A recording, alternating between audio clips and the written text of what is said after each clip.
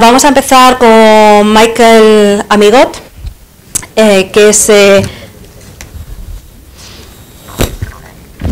voy a decir exactamente para no equivocarme, yo a Michael le conozco desde hace un tiempo, o sea, le puedo definir sin la descripción formal, pero no quiero ser demasiado informal.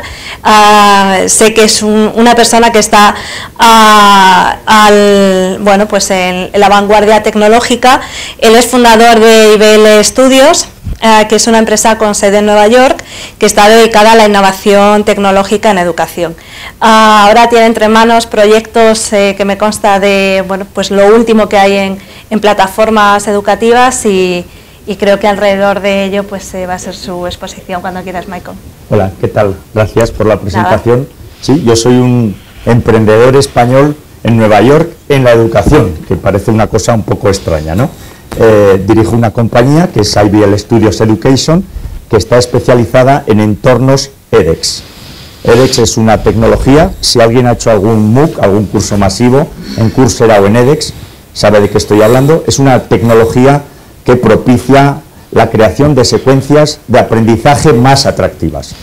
A eso nos dedicamos, trabajamos con grandes universidades de allí, desde George Washington University, Cooper Union y algunas otras universidades también en España, por supuesto para don Jesús, como no puede ser menos, para el Eurocolegio Casby y algunas otras grandes iniciativas. A menudo nos preguntan a nosotros cuál es nuestra visión de la educación como emprendedores, como vendors que somos, y siempre respondemos con un vídeo, que es una producción que hicimos, que es este vídeo. Andrés. I'm a mom, but I'm also a web developer. You see, I wanted to change my life, so I went to lynda.com and learned spreadsheets, business software, and photography. I went from being nervous to being confident because I could learn at my own speed. I learned I could be anything. Anything I want to be. At lynda.com, you can learn whenever and wherever you want, from easy-to-follow videos taught by experts, so you can be anything you want in life. Come to lynda.com and see what you can learn. Se trata de aprender más rápidamente, de una manera más eficiente y aprender mucho. Y luego nos dicen, sí, pero es que aprender en el mundo blended o en el mundo online es aburrido, no hay la emoción del mundo físico, del mundo presencial, no hay la emoción de recibir un título. Y pensamos que eso tampoco es así. Andrés, cuando quieras ponemos un vídeo que demuestra la emoción de aprender. Alex Bertoni. Ashley Calgagno.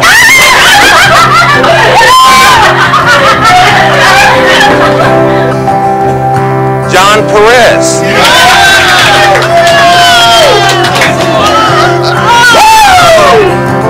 Amy Schultz. Jeff Wolford. Stephanie Hankins. Mike Rushing. Laura Zobel.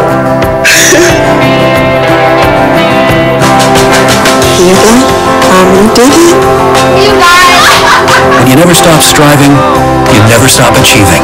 Welcome to Western Governors University, the university of you. I graduated! Aprender no es aburrido, aprender en el mundo online no es aburrido, pero además hay que conseguir extrema calidad y hay que conseguir extrema flexibilidad. Tenemos un cliente que es George Washington University y este señor, que es un visionario, que defiende y pone de manifiesto y lo demuestra cómo aprender a través de sistemas híbridos, a través de sistemas online, permiten incluso conseguir mejor calidad. Ponemos el vídeo.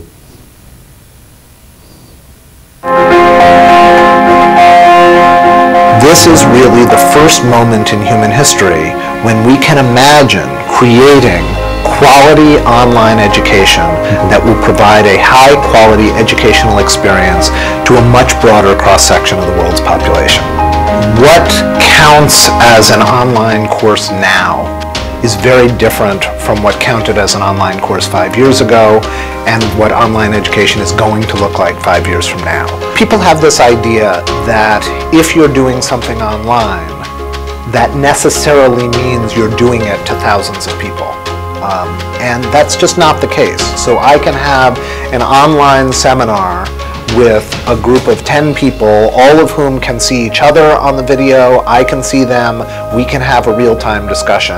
And it's just like any other seminar, except that their people are spread out all over the globe. What we are finding, professors, as they get into this process, is they're realizing that this unlocks a lot of potential in their teaching, that it provides a way for them to reach people that they wouldn't otherwise have reached in ways they would never have considered, and that it kind of frees up their creativity to think about teaching in a new way. Y nos suelen decir, amigot, de vuelta a la tierra. Estamos en España, todo esto suena muy bien, es muy americano, pero la situación de nuestro país es un poco diferente. Podemos estar desanimados, cansados. Entonces hicimos un experimento con un chico americano y también hicimos otra producción de vídeo y quisimos ver cómo reaccionaba cuando lo traíamos a un colegio español, de los que dirigís vosotros. Hicimos una pequeña historia y de esta manera podemos ver cómo la ilusión, cómo las ventajas que tenemos que se desprenden de educar en España son muy grandes.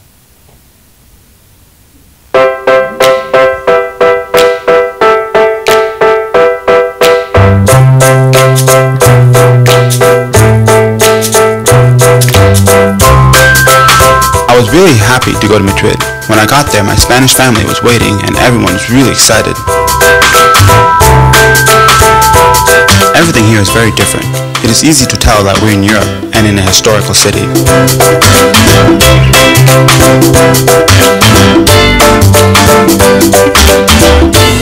They welcomed me very well.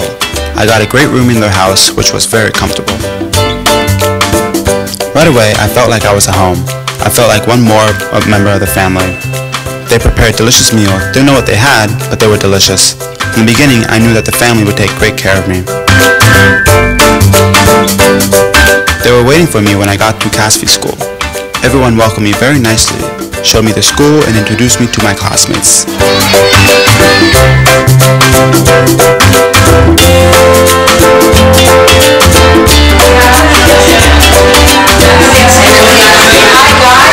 I'm going to introduce you to this new student. He's going to spend with us the whole school year.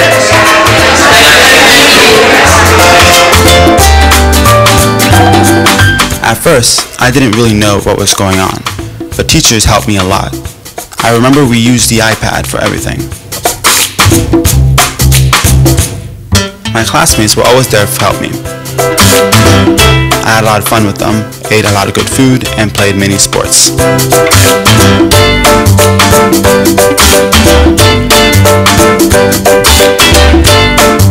The family was very nice to me. They took me to a lot of places, including museums, and introduced me to their customs. The food was great, and the city was very lively. The truth is that I made many unforgettable memories. Bueno, son las ventajas de estudiar en España, que son muchas. Y aquí Juan Luis ya nos puede explicar un poco más de esto. ¿Nosotros qué podemos aportar en este mundo cambiante? Nos dedicamos a la tecnología edX, que es un ecosistema que propicia experiencias blended, flip classroom y experiencias de distance learning, ¿no? De aprendizaje a distancia. Esta tecnología, hago una invitación para que la estudiéis. Tenemos un ebook que Andrés allí en la parte de atrás puede entregar, que va a explicar muy bien cómo se puede integrar en los colegios y cómo conseguir que al final los chicos aprendan de una manera más rápida y más intensa. Y esto es un poco una explicación rápida.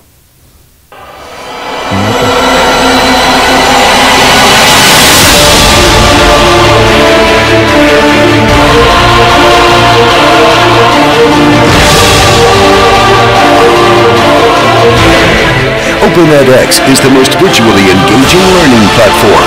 It offers the best video experience and interactivity in the world.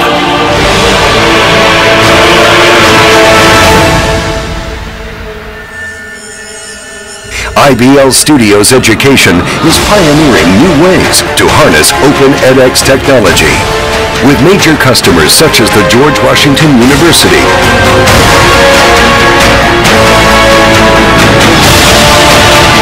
City-based IBL Studios is a leading independent company.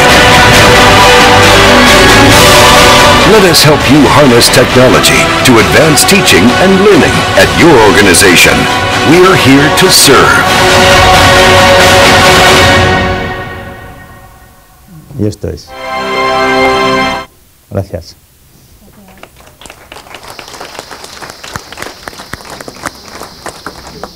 Muchas gracias, Michael, por la exposición, por lo amena que es, viendo siempre que se ve en vídeos, pues se hace todo más interesante y sobre todo por someterte a los tiempos, claro, de manera tan disciplinada.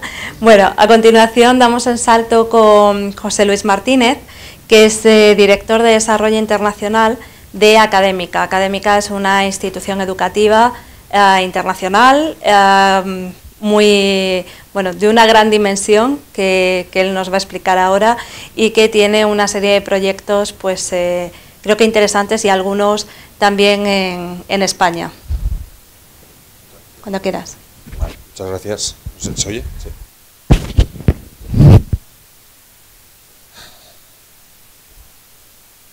Buenas tardes a todos. Como os ha dicho, mi nombre es José Luis Martínez Urbina y soy el director de Desarrollos Internacionales de Académica Corporación, otro español en Estados Unidos, en este caso en vez del norte al sur en Florida. Me he ido después de alguna presentación a la reunión, he cambiado totalmente la charla que os iba a dar, he quitado todos los datos que sé que aburren y quiero que veáis lo que se va a hablar aquí de todo el tema de tecnología, innovación, programas educativos, tendencias, lo que sois vosotros, colegios, lo que representáis, entidades educativas y gestión. Académica Corporación nace en el año 98 con un colegio con 40 alumnos. Como veremos, hoy en día estamos ya en 130 colegios, 80.000 alumnos, 4.500 profesores, y es una trayectoria similar a la que podéis, mayor o menor nivel, en Estados Unidos sabemos que las cosas se hacen más a lo grande, que nos vamos a encontrar. No sé si se me oye bien. Sí. Se han mantenido dos diapositivas de datos. No pasa, hacemos a mano. Simplemente por comenzar lo que es la situación, lo que hablaba esta mañana la consejera de Educación, del tema de quién tiene que empezar con todos los puntos de innovación, ¿no? Que lo ha puesto casi lo primero el profesor, luego los colegios y luego la administración. O sea que, como veis, al final no estoy muy de acuerdo, porque no está aquí, si no a lo mejor no lo decía. Estos datos que vemos aquí son datos del fracaso educativo, el fracaso escolar. Dificultad por los alumnos, según los alumnos, dificultad intrínseca de algunas materias, falta de estrategia de motivación y el excesivo número de asignaturas. Por el profesorado, falta de autocontrol y responsabilidad de los estudiantes, el insuficiente dominio de las tecnologías, de las técnicas de estudio y la falta de esfuerzo de los alumnos. Y en definitiva, si veis, están unas enlazadas con las otras. Lo curioso de estos datos es que trasladados a una puntuación sobre 4 por qué es el fracaso, estamos hablando, lo habéis podido pensar como un tema escolar, son datos universitarios, se extrapolan totalmente. Y vamos a ver ahí la falta de autocontrol y responsabilidad, insuficiente dominio de las técnicas, es decir, son las mismas exactamente preocupaciones. Y todos esos datos a lo mejor los corroboramos y estamos de acuerdo, pero es que lo más curioso, que lo que he hecho es coger unos datos en una presentación que son prácticamente los mismos que los del año pasado, del 2013, estos datos son del 2006. En todos estos años nos hemos preocupado, o se han preocupado en la universidad también, que es donde llegan luego nuestros alumnos después de los colegios, en buscar soluciones dentro de la universidad, pero veremos que esos problemas vienen desde abajo y que realmente la digitalización en la enseñanza es una herramienta que facilita y mejora muchísimo todo el sistema. Hablaros un poquito de los que comentaba antes de Académica, que como vosotros empezamos con un colegio en Estados Unidos, Hoy en día manejamos diferentes emblemas, ahí son algunos de los emblemas escolares, con 127 colegios a día de hoy. Estamos construyendo 7 colegios nuevos ahora mismo para el próximo curso. Eso en Estados Unidos. Y somos una de las principales instituciones de gestión de Charter School en Estados Unidos. ¿Por qué insisto en Charter School en este caso? Porque fue un modelo de negocio, un modelo de oportunidad que se creó precisamente y donde vimos una posibilidad de expansión y desarrollo para una escuela también de calidad, partiendo de una escuela privada, pero en este caso es una escuela privada de licencia totalmente pública, lo que es una escuela pública de gestión 100% privada. Se asemejaría a lo si fuese en España el cheque escolar, por ponernos en algún sentido. De esos colegios, bueno, pues llegamos a una situación que Académica financia, construye arquitectos y diferentes fondos de inversión propios o por intereses también se añaden diferentes fondos de inversión en Estados Unidos, con un modelo de excelencia, de calidad, en la que este último colegio que pongo aquí, lo pongo por una sencilla razón, que es SLAM, es un nuevo modelo de colegio que hemos inaugurado el curso pasado, ¿vale? Este año es su segundo año de colegio. El edificio que está a la derecha es el que está actual y el de la izquierda es el que se comienza a construir para duplicar ese colegio y pasarlo de 1.200 alumnos a 2.500, 2.800 alumnos. Dentro también de nuestro trabajo y demás es la innovación, y ha sido la innovación en la motivación de los alumnos. Y este modelo, para esa idea, es Sport Leadership and Management, es un colegio en el que motiva a los alumnos al estudio, viendo durante todo su trabajo realmente las profesiones que se van a encontrar dentro del mundo relacionado del deporte. No es un colegio de atletas ni de alumnos de alto rendimiento deportivo, todo lo contrario, sino son alumnos donde se trabaja el management, la administración, la gestión, el tema de matemáticas, el tema de artes, el tema de salud y medicina. Y ese alumno tiene esa motivación extra a la hora de estudiar. ¿Por qué? Porque al final puede ser muy válido para hacer una carrera de leyes, de derecho, pero no tiene motivación. Y aquí encuentra temas que en esa edad que está él y que todo fluye muy cercano al deporte, encuentra que hay abogados deportivos, abogados gestores de empresas, gestores de equipos deportivos, medicina deportiva y especializaciones, con lo cual se crea una motivación. Y simplemente un dato, este año el segundo hemos abierto para el próximo curso 2015-2016 en septiembre las aplicaciones, las matriculaciones, las hemos cerrado hace un mes porque teníamos una solicitud de más de 5.000 plazas para estos colegios. Es otra forma de innovar también y dentro de lo que es el desarrollo. Por otra parte, en el crecimiento de Académica llegamos a acuerdos con diferentes gobiernos para dar un sistema de calidad y dar un sistema educativo que queríamos dar en colegios nuestros y en diferentes sectores de población, y son acuerdos de doble titulación. Con lo cual en estos colegios el alumno estudia dos curriculares, el curricular estadounidense y el curricular español, el inglés, el italiano, el francés u otros curriculares. Y cuando finaliza acaba con las dos titulaciones. Uno de estos colegios, IS, este año el año pasado ha sido el cuarto mejor escuela del Estado, el cuarto mejor colegio del Estado y el 24º del ranking nacional de colegios. En las fotos se gradúan los alumnos. Las dos titulaciones. Y por otra parte, Académica, somos proveedor de enseñanza pública virtual en Estados Unidos. Es decir, damos la enseñanza virtual, es no presencial. Y el blending es la utilización de las tecnologías, todo digitalizado, pero la clase más o menos tradicional dentro del aula. digamos, esa enseñanza tanto a nuestras escuelas como a cualquier escuela pública o privada del país. Y eso marca una gran diferencia en la calidad también en la aplicación y sistemas, como se os está contando durante todo el día y estamos viendo en ese aspecto.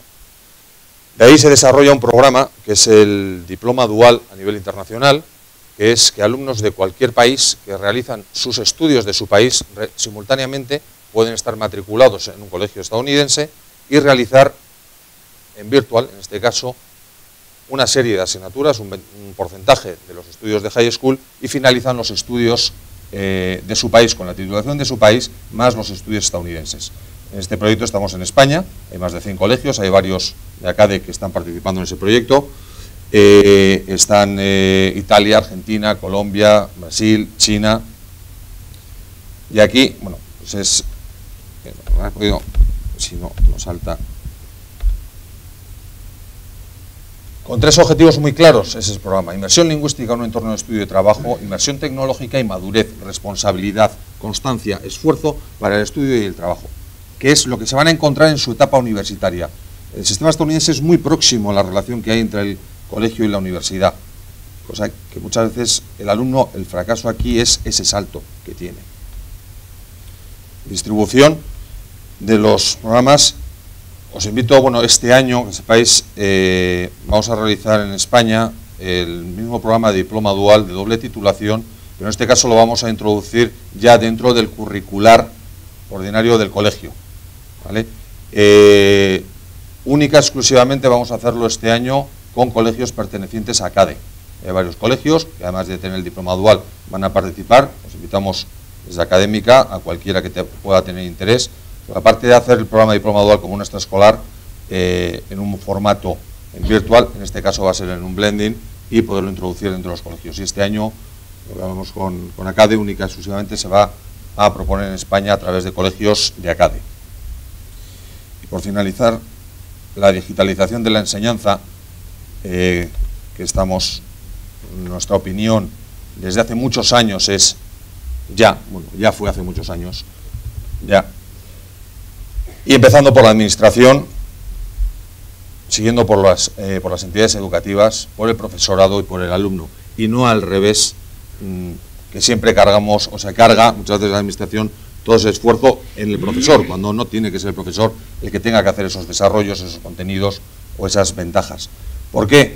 Porque para la administración la digitalización, el blending, tiene unos valores impresionantes, que los tendrán que ver en su momento, y será cuando, como ya han dicho, abrirán puertas para que esto sea más fácil.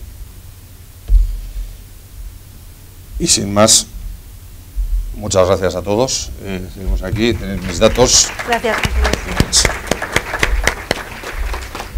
Muchas gracias, José Luis, por darnos a conocer Académica y todo lo que lleváis en todos los proyectos en los que estáis. Vamos a pasar ahora a conocer otra perspectiva. También viene del mundo de la empresa, pero desde otro plano, que es la visión de Manuela Lara. Manuela es directora del área de programas y desarrollos de Santillana Digital. Dentro de Santillana ha trabajado en los últimos 10 años en proyectos donde se relaciona Internet con la educación. Por eso es una persona que lleva mucho tiempo trabajando en estos temas y nos va a ofrecer cuál es la visión del cambio metodológico. Vale. Gracias, Tiscar. Hola, buenas tardes a todos. Como decía Tiscar, me gustaría compartir con vosotros pues qué es lo que significa la innovación en Santillana, teniendo en cuenta cuál es el título de la mesa. Os estoy dando la espalda, lo siento. Nada. ¿Cuál es el título de la mesa redonda? Y sobre todo intentando que luego en esa parte de debate y de preguntas de vuestro lado, pues tengamos alguna, bueno, pues haya algo que haya generado interés, debate, chispa, etcétera. Por nuestra parte, contaros, es cierto lo que decía Tiscar, estoy en el área de tecnología y estoy gratamente sorprendida porque en los últimos los que hemos ido asistiendo este año, la tecnología por fin ha pasado a ser algo un poco transparente. Es decir, ya no estamos tan preocupados por los dispositivos, no estamos tan preocupados por el acceso, sino realmente por qué hacemos con todo eso y sobre todo qué nuevas metodologías tenemos que implantar en nuestras aulas, cuál es el nuevo planteamiento con el que debemos abordar la educación. Lo hemos visto en las sesiones de esta mañana y yo creo que desde Santillana hemos recogido esa realidad que ocurre en las aulas y estamos trabajando y hemos puesto en el mercado aquello que es lo que venimos haciendo desde hace 40 o 50 o 60 años, incluso aquellas herramientas que realmente puedan ayudar a los profesores a conseguir aquello que es realmente su objetivo, que es el aprender, que sus alumnos aprendan. Entonces, en esas herramientas tenemos aquellas que conocéis bien, como pueden ser el libro de texto que hemos evolucionado hacia formatos digitales, formatos que incorporan elementos de multimedia, elementos de audio, elementos que pretenden que el aprendizaje y el proceso de enseñanza se produzca de otra manera, pero también aquellas herramientas que van a permitir incorporar esas nuevas metodologías, esas nuevas formas de dar las clases. Nos referimos, por ejemplo, a herramientas, a plataformas, a herramientas como aula virtual, donde el profesor puede no solamente utilizar los contenidos que le ponemos a su disposición, sino que además puede añadir aquellos que le interesan, donde puede trabajar de forma flexible, donde puede incorporar incluso al alumno en el proceso de aprendizaje y donde pueda incorporar al alumno en el proceso de producción. Estamos hablando entonces de aquellos aspectos que más os interesan y que hemos estado yendo a lo largo de la jornada de hoy. Estamos hablando de personalización, estamos hablando de adaptación del aprendizaje en el proceso de aprendizaje, estamos hablando de flexibilidad, porque no todos nuestros alumnos son iguales y no todos aprenden de la misma manera y tenemos que ser entonces capaz de proporcionar a cada uno lo que necesita. En toda esa labor que hacemos desde Santillana, es cierto que, como decía Tíscar, hablamos desde una perspectiva, es una compañía, pero incorporamos siempre docentes que están en el aula, que entienden qué es lo que está pasando, que quieren innovar y que son ellos los que de alguna manera nos proponen cuáles son las fórmulas más interesantes en esos productos, herramientas y servicios que lanzamos al mercado. Por otra parte, seguimos trabajando, como desde hace mucho tiempo, en todo lo que tiene que ver con la innovación. Ahora mismo recogemos aquellas tendencias que son más importantes en las aulas, que son más importantes en los foros en los que asistimos, como pueden ser, por ejemplo, temas de clase invertida o flipped classroom, temas de aprendizaje adaptativo, temas relacionados con cómo utilizar las apps en el día a día de las aulas, qué ventajas pueden tener realmente la incorporación de los iPads. Normalmente todos estos procesos, todos estos productos que estamos lanzando nuevos siguen todo un procedimiento de trabajo que nos lleva, como antes decía Michael, a asegurar la calidad, la altísima calidad de todos los productos que ponemos en el mercado. En esos procesos trabajamos directamente, no solamente con los docentes que intervienen y que participan en el desarrollo del producto, sino que llevamos a las aulas experiencias pilotos donde nos aseguramos de que lo que en el futuro se lanzará al mercado realmente ha sido probado, testado, comparado y adecuado, es decir, hemos interpretado lo que los profesores necesitan. Como ejemplo, pues les pondría ahora todo el caso del producto de aprendizaje adaptativo que queremos lanzar al mercado. Estamos haciendo toda una labor de identificación de cuáles pueden ser las áreas más interesantes a la hora de trabajar en un proceso, en un producto de aprendizaje adaptativo. Estamos llevando grupos de profesores que nos están asesorando y compartiendo con nosotros cuáles son sus dudas y sus preocupaciones con respecto a estos productos. Llevaremos pilotos de aulas reales con una serie de procesos de trabajo determinados. En definitiva, nos preocupa que todo aquello que lanzamos al mercado esté absolutamente probado, comprobado y que tenga una excelente calidad a la hora de aportar en ese trabajo diario que tenéis en las aulas. Por último, comentaros también toda nuestra enorme preocupación por lo que pueden suponer las habilidades del siglo XXI en este cambio metodológico. En ese sentido, invitaros a que conozcáis los espacios de compartición que tenemos con profesores, como por ejemplo programas como Evocación o Inever y Crea, donde no solamente intentamos visibilizar aquello que están haciendo los docentes, sino que además lanzamos proyectos que pretenden inspirar en temas como pueden ser, bueno, pues introduzco la programación y la robótica en el centro, qué importancia puede tener que mis alumnos aprendan las técnicas del lenguaje audiovisual, cómo puedo conseguir realmente trabajar el pensamiento creativo, que son destrezas y habilidades que sabemos que seguro que os preocupan y que queremos no solo recoger esas preocupaciones, sino hacer visibles aquellas experiencias, tanto de centros como de docentes, que realmente las están incorporando en las aulas y que pueden ayudar a otros profesores a saber cómo incorporarlas y a conseguir que sean programas eficaces dentro de las aulas.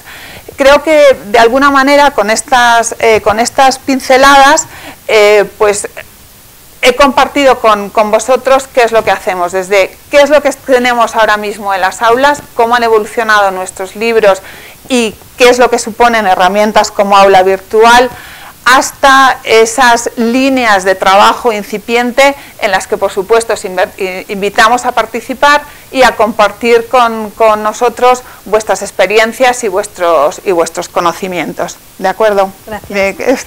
Muy bien, gracias Manuela. Muchas gracias sobre todo por la contención en el tiempo y por la invitación a la participación de los docentes. Bueno, vamos a dar paso ahora a este segundo mini bloque que va a empezar con la visión de profesores, investigadores, académicos y lo vamos a hacer con María Caso, que es profesora e investigadora de la Universidad Complutense de Madrid. Está en la Facultad de Bellas Artes y es autora de 2 libros que os recomiendo. Uno es Reduvolution, que es el último, tiene 1 año y pico, si no recuerdo mal, y Pedagogías Invisibles, el espacio del aula como discurso. María es también directora de la Escuela de Educación Disruptiva y es un concepto que mueve todo lo que hace, lo que practica, lo que enseña y lo que investiga. Y bueno, de alguna manera se está especializando en cambios de formato y en darle la vuelta a todo lo que cae en sus manos y bueno, puede ser interesante. Gracias, Bueno, pues este cambio de formato lo voy a llevar también a esta presentación, que voy a intentar que sea lo más disruptiva posible dentro del formato. Entonces, voy a utilizar las técnicas del storytelling que seguramente muchos de ustedes conocen, ¿no? Voy a intentar hacer una presentación lo más narrativa posible. Entonces, yo voy a empezar diciendo que hace 20 años, 2 meses y 8 días di mi primera clase. Me gustaría que todos los que estamos aquí, que seguro que hemos dado clase alguna vez, nos vayamos a ese momento en el que dimos la clase por primera vez. Y yo cuando llegó este día, me acuerdo perfectamente de la escena, que yo estaba en mi besa de becaria en el Departamento de Educación Artística de la Universidad Complutense donde trabajo, y entonces se acercó mi jefe, mi catedrático, y me dijo: María, mañana tienes que dar tu primera clase, ¿no? Entonces para mí este fue un momento terrible, porque no había dado clase nunca, me fui corriendo a casa, intenté recabar la mayor cantidad de información posible, y al día siguiente me puse y di mi primera clase, ¿no? Lo que recuerdo de esa primera clase es que no dejé participar absolutamente a nadie, hablé las 2 horas como una locomotora que yo casi ni misma me entendía, y lo que hice fue, como no había cañón ni había PowerPoint, poner unas presentaciones de plástico, unas transparencias de estas de plástico que se utilizaban entonces, totalmente llenas de texto, ¿no? Entonces, imaginándome ese día, volviendo a visualizarlo, me di cuenta de que ese día nadie aprendió. O sea, la conclusión, el resultado de mi clase fue que aquello fue un aburrimiento terrible, incluso algunos alumnos recuerdo que se levantaron y se fueron, y que, bueno, pues fue un auténtico fracaso en el sentido de que nadie aprendió en esa clase. Entonces, a partir de esa experiencia de mi primera clase, yo he desarrollado una serie de conceptos que yo creo que están muy imbricados dentro de lo que hacemos muchos de nosotros como docentes, que están muy desarrollados con un concepto que seguramente conoceréis, que es el concepto de reproducción de Bourdieu y Passeron, en el cual cuando los docentes damos por primera vez una clase, lo que hacemos de forma increíble es reproducir el sistema con el que hemos sido enseñados, a pesar de que la mayoría de nosotros estamos totalmente en desacuerdo en cómo ha sido ese sistema, ¿no? Entonces, una de mis metas como pedagoga es desarticular la reproducción. Yo intento por todos los medios que mis alumnos, cuando dan la primera clase, se piensen si quieren dar la clase con una lección magistral o si quieren dar la clase de otra forma. Los que damos la clase con lección magistral, que a mí me ocurrió durante mucho tiempo, reproducimos el proceso de educación bulímica, en el que estoy convencida de que todos los que estamos aquí hemos sufrido alguna vez, en el cual nos atiborramos de datos el día antes del examen, los vomitamos el día del examen, y cuando salimos por la puerta y nos preguntan nuestros compañeros qué tal nos ha ido, todos los datos que tenemos en la cabeza se nos evaporan y no queda absolutamente nada. Entonces, este concepto de educación bulímica se conecta con una de las cosas que yo considero que es el drama absoluto de la educación en nuestros días, que es la muerte de la pasión por el conocimiento. Las instituciones educativas, que en teoría deberían de ser los lugares que avivasen esa pasión, se han convertido justamente en lo contrario. Y hoy es una realidad en la que muchos niños y niñas entran en la escuela súper motivados y súper contentos, y cuando ya pasan a primero de primaria, que ya la cosa se empieza a poner seria y que ya todos nos preocupamos mucho por lo que va a ocurrir, empiezan a perder esa pasión por aprender y lo único que les interesa es aprobar. Esta muerte por la pasión por el conocimiento se enlaza con lo que yo llamo la educación por simulacro. Creo que esto es algo que ocurre en muchísimos casos, que nosotros hacemos que enseñamos, nuestros estudiantes hacen que aprenden, pero allí realmente el aprendizaje no sucede por ningún lado.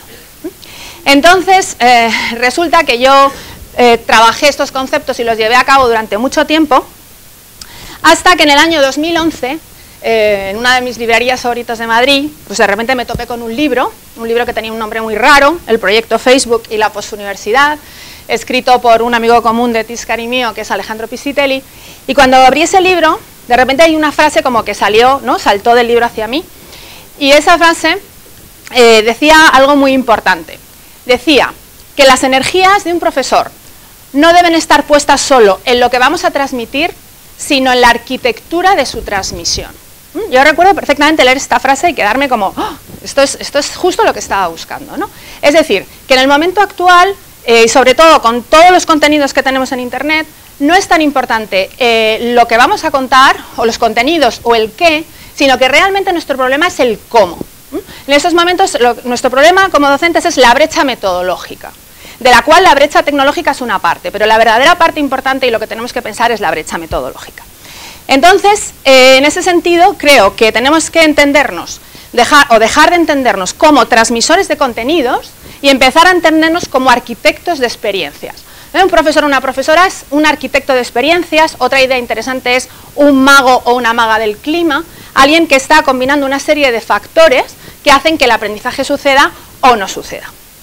Entonces, ¿qué ocurrió? Pues que yo, después de leer estos libros y de tener ese momento revelación, decidí hacer un proyecto de investigación.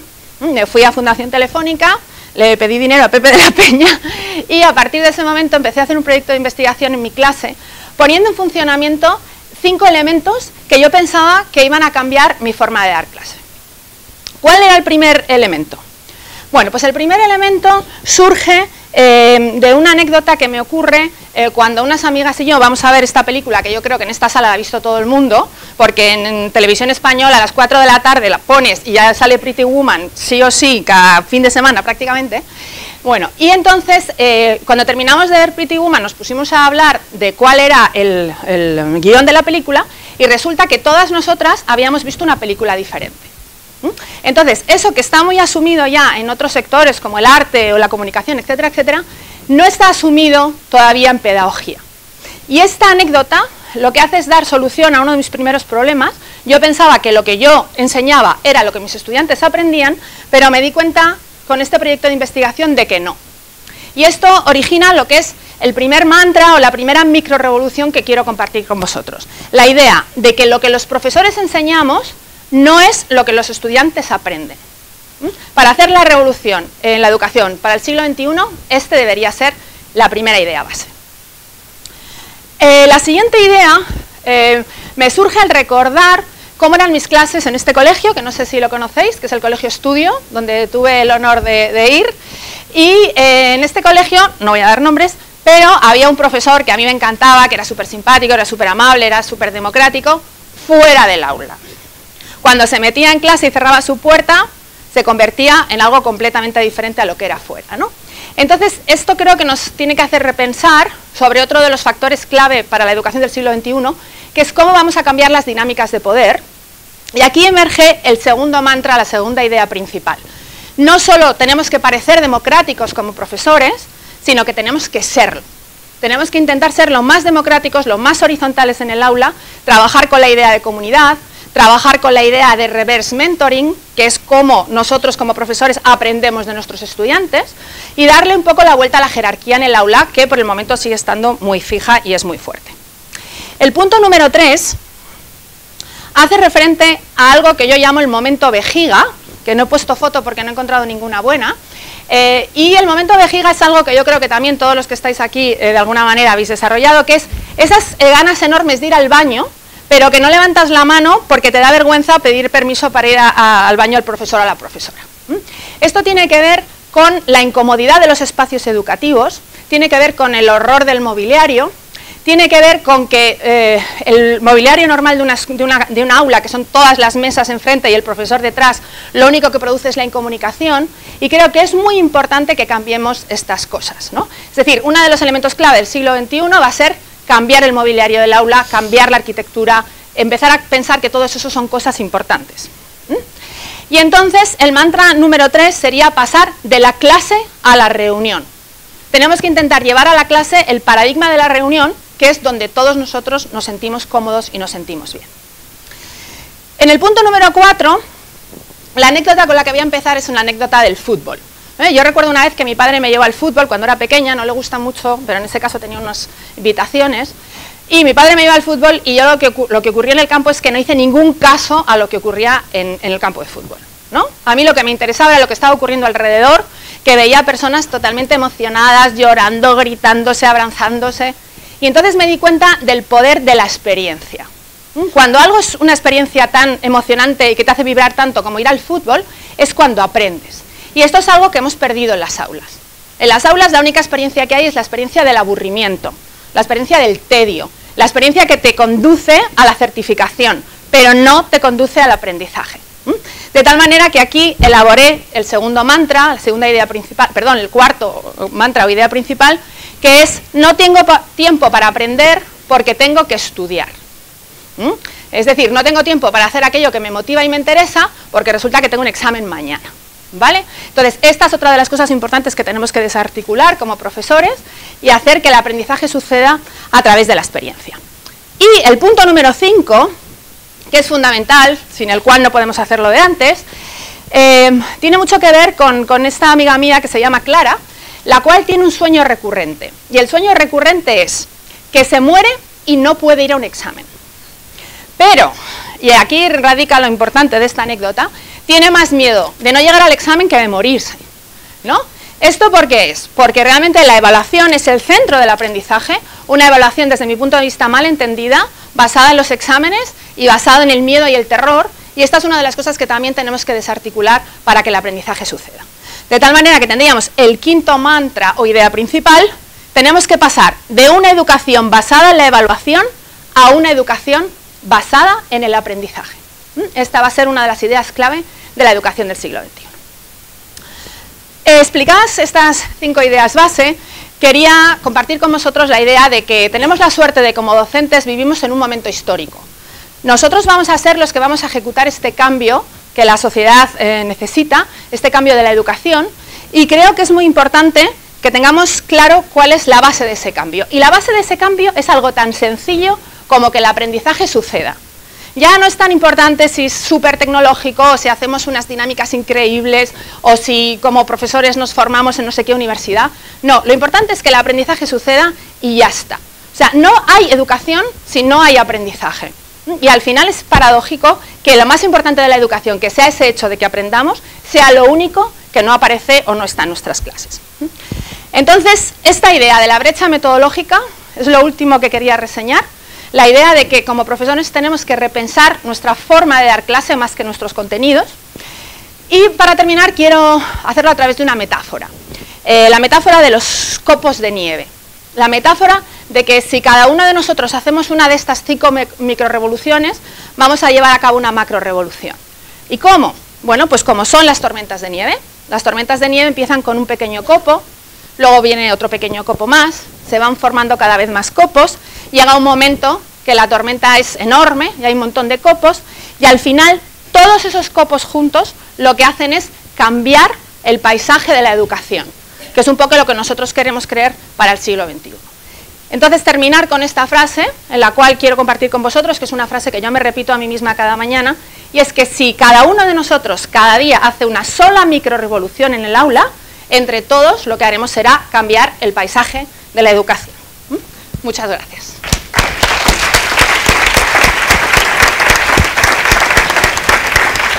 Muchas gracias, María, por inspirarnos y alentarnos a iniciar esas microrevoluciones, cada uno desde nuestro ámbito de trabajo.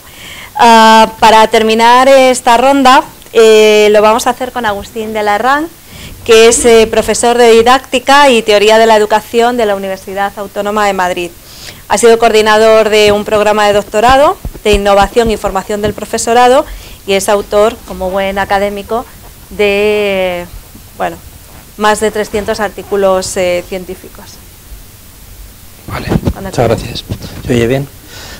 Bueno, yo he venido a este acto con una página en blanco, así pequeñita, y bueno, dispuesto a llenarme, por eso me agrada poder intervenir al final. Voy a intentar proceder de forma, no sé si contraria o inversa a lo que esperaba. Voy a intentar intervenir desde el no pensamiento, desde el no pensar, y a lo mejor incluso discrepando con algunas cosas que se han dicho aquí. Yo creo en la dialéctica, en el diálogo. Primera cuestión.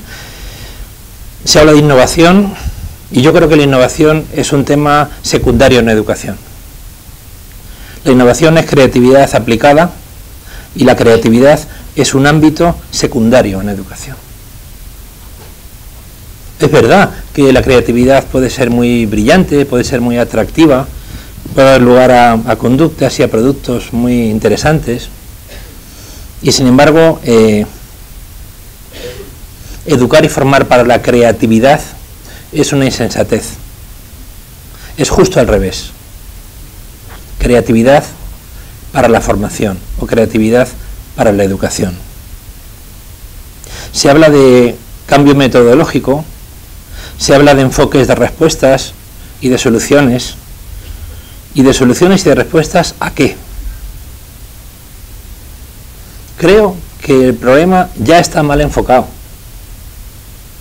porque estamos dando efectivamente respuestas y soluciones a lo que estamos observando, pero los problemas más graves que están ocurriendo en la sociedad no se ven,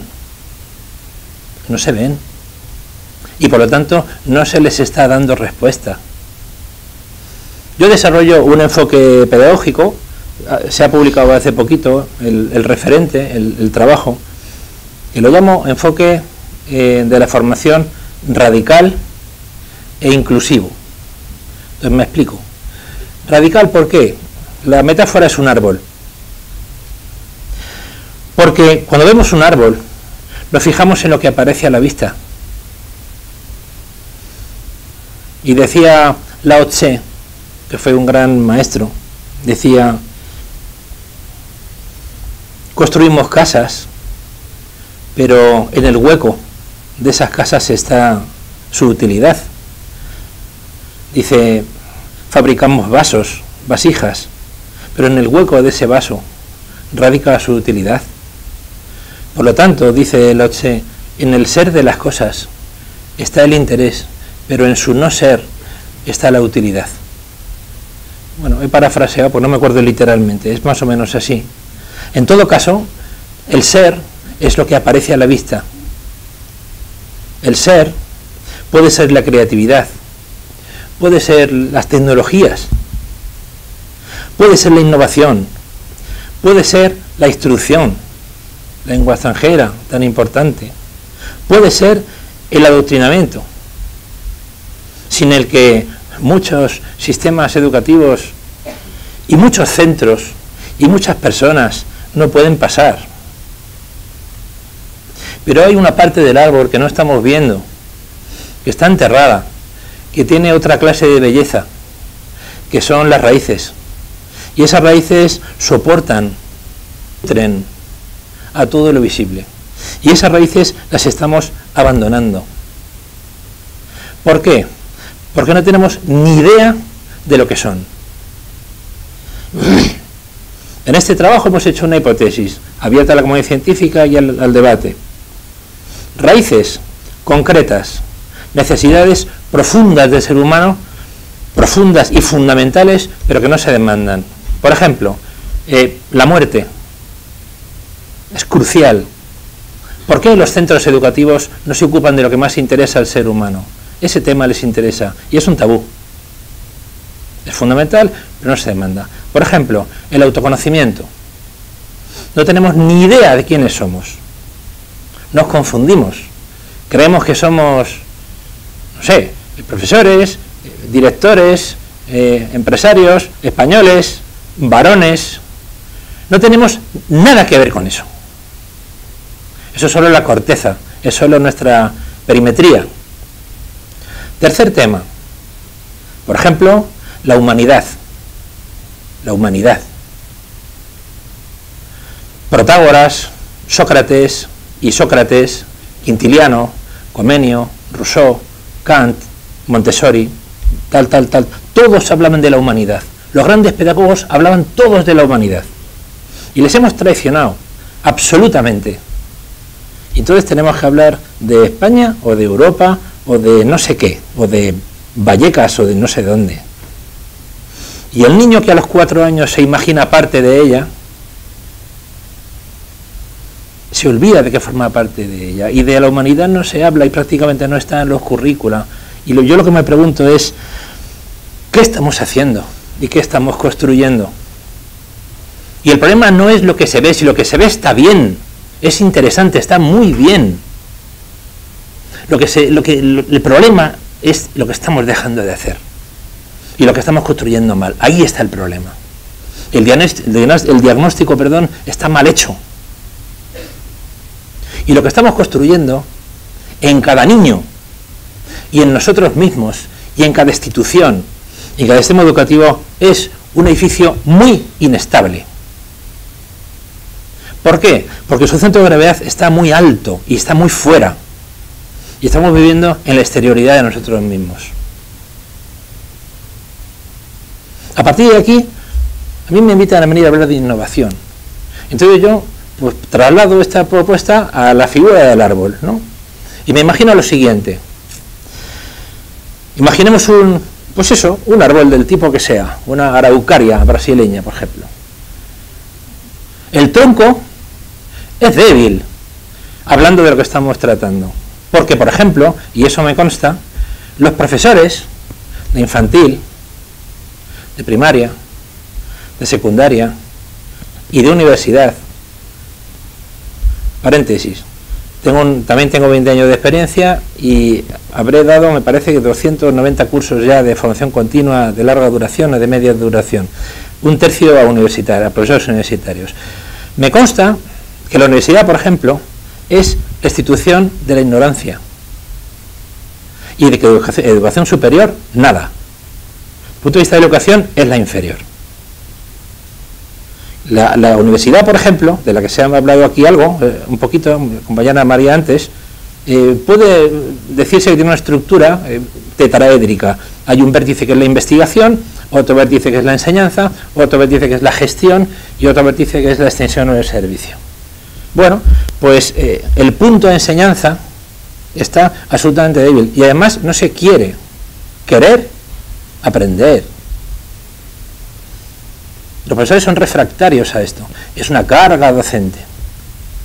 Es la extinción de la ignorancia, que está situada en la sociedad de la ignorancia que nutrimos nosotros. Somos todos parte de ella. Pasa que en esta sociedad de ignorancia hay dos clases de personas, y solo dos. Los que ignoran y los que saben que ignoran. Los que ignoran son Homo sapiens sapiens, que es como le llama la ciencia. Y los que saben que ignoran son el Homo sapiens ignorans, que todavía no ha surgido, pero que constituye la avanzadilla de la sociedad del conocimiento. No estamos en absoluto en la sociedad del conocimiento.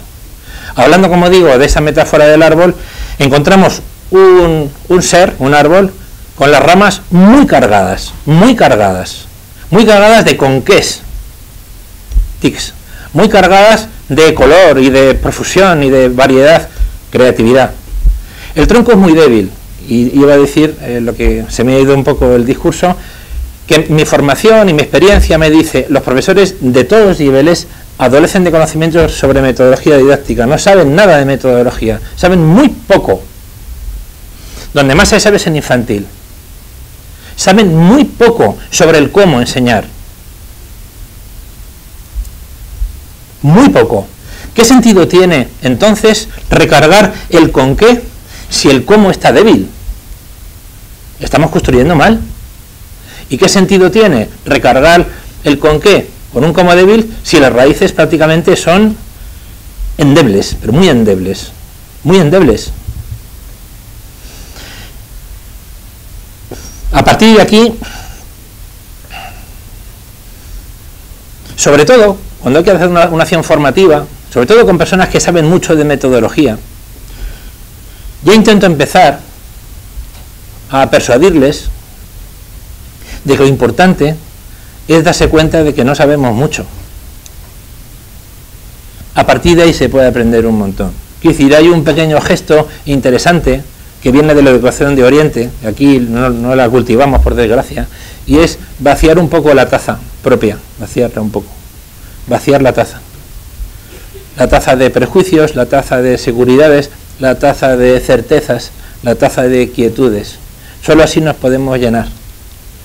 Por eso a mí me da miedo cuando las propuestas son del tipo se debe, o va a ser, o tenemos que, o no tenemos que. A mí eso me da miedo. Y en principio no participo de ello. Me suena antiguo.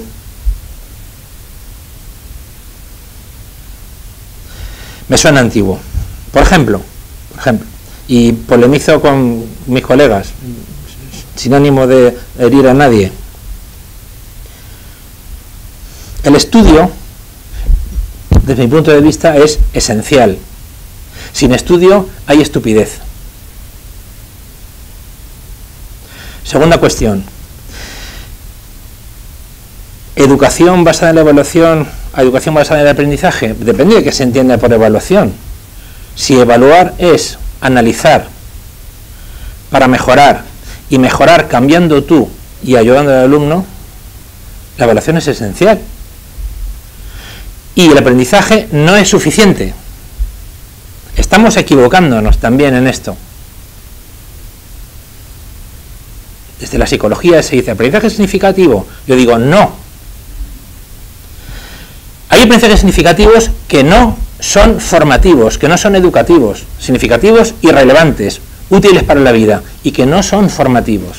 Se puede aprender muy bien muchas cosas y muy significativamente y no estar contribuyendo en absoluto a la formación. Se puede aprender desde la mentira, se puede aprender a odiar, se puede aprender un montón de cosas muy inconvenientes a la formación, y no son formación, no es suficiente. No tengo que decir relevante. ¿Aprendizaje formativo? Sí, pero no aprendizaje así, no. Creo, y es quizá parte de la cuestión más delicada, que no sabemos lo que es educación. A lo que hacemos lo llamamos educación. Y llamamos educación a lo que nos conviene. Y como estamos en una sociedad del Homo sapiens sapiens, no reconocemos que no tenemos ni idea de lo que es educación.